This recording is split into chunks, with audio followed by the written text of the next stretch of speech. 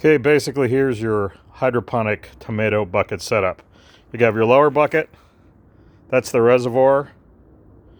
Then you have your bucket that you're going to put the plant in that's raised up. You can either put it on another bucket or a bench, as long as it's at least one bucket higher than the reservoir bucket, because you're going to want to pump nutrient solution out of the reservoir bucket up into the bucket with the plant. It's going to drip through and then drain out the drain, and I'll show you a little bit more about that later.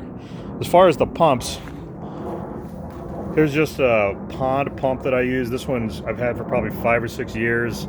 Obviously well used, pretty standard. It'll run dry and not be damaged. You can get these anywhere for probably about 20 bucks. One thing whenever you buy these, you want one that'll lift the highest amount of water.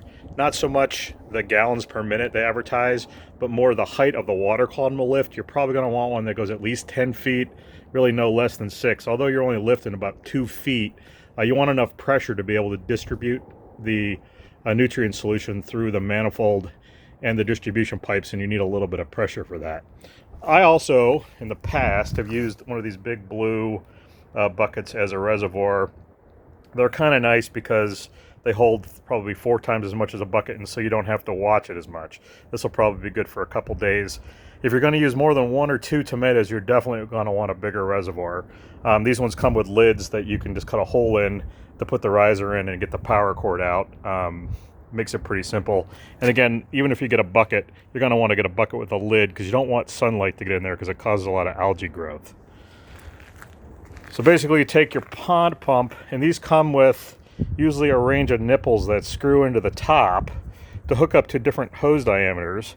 But in this case, what you want to do is get one of these pre-made irrigation risers, from Home Depot. They're threaded on both ends, and they just happen to be the same size. I think these are 1/2 inch, that screw right into the top of the pump. You want a little plumber's tape on your permanent installation. And then on this particular one, I went also at the Home Depot, and they have these dripper irrigation manifolds. That this one's nice because they can individually turn off. I think they come in 12. This one's a 12, or 4 or 8. But this just makes life simple. And then your 1/4 inch distribution hoses, which will take the nutrient solution to each bucket, just attach by friction on these manifolds. If we go over and take a look at the bucket,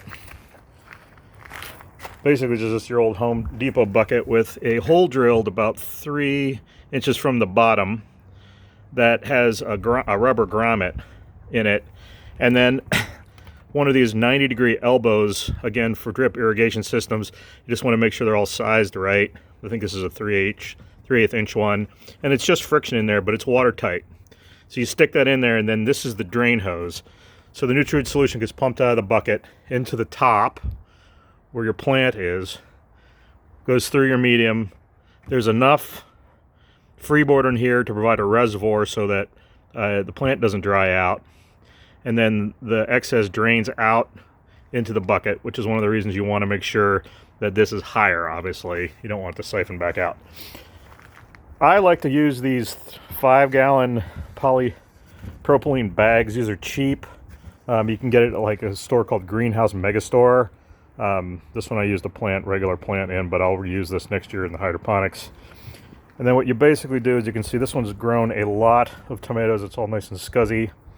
I use this every year. And then I go ahead and I put perlite, this coarse perlite, number 4 perlite, in the bottom of the bucket. And then I've got this upside down plant pot with a little mesh, kind of hard to see the mesh in there, and that just keeps the perlite out of the drain hose so things don't clog up. You could use something else, probably a sock or just anything to keep the material out. So you fill this up to the top of that so it has a base. You could also use pea gravel or river rock, or just something that's gonna put a base for the bag to sit on. And then your bag goes into the bucket. Pretty snazzy there with the handles. And then you fill that up basically with perlite, and that's where you plant your tomato plant in. And then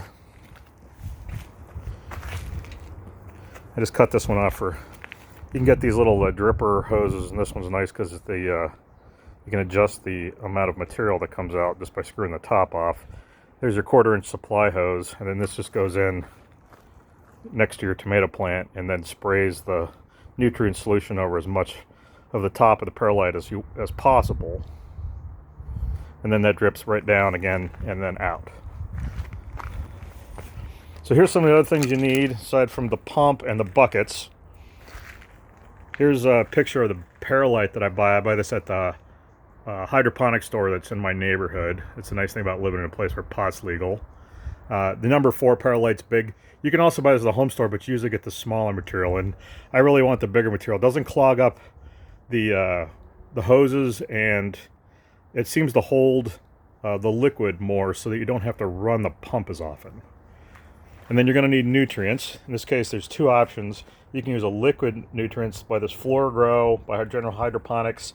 It comes in 3 different types. This is the General Grow. There's a micronutrient one and then a bloom one.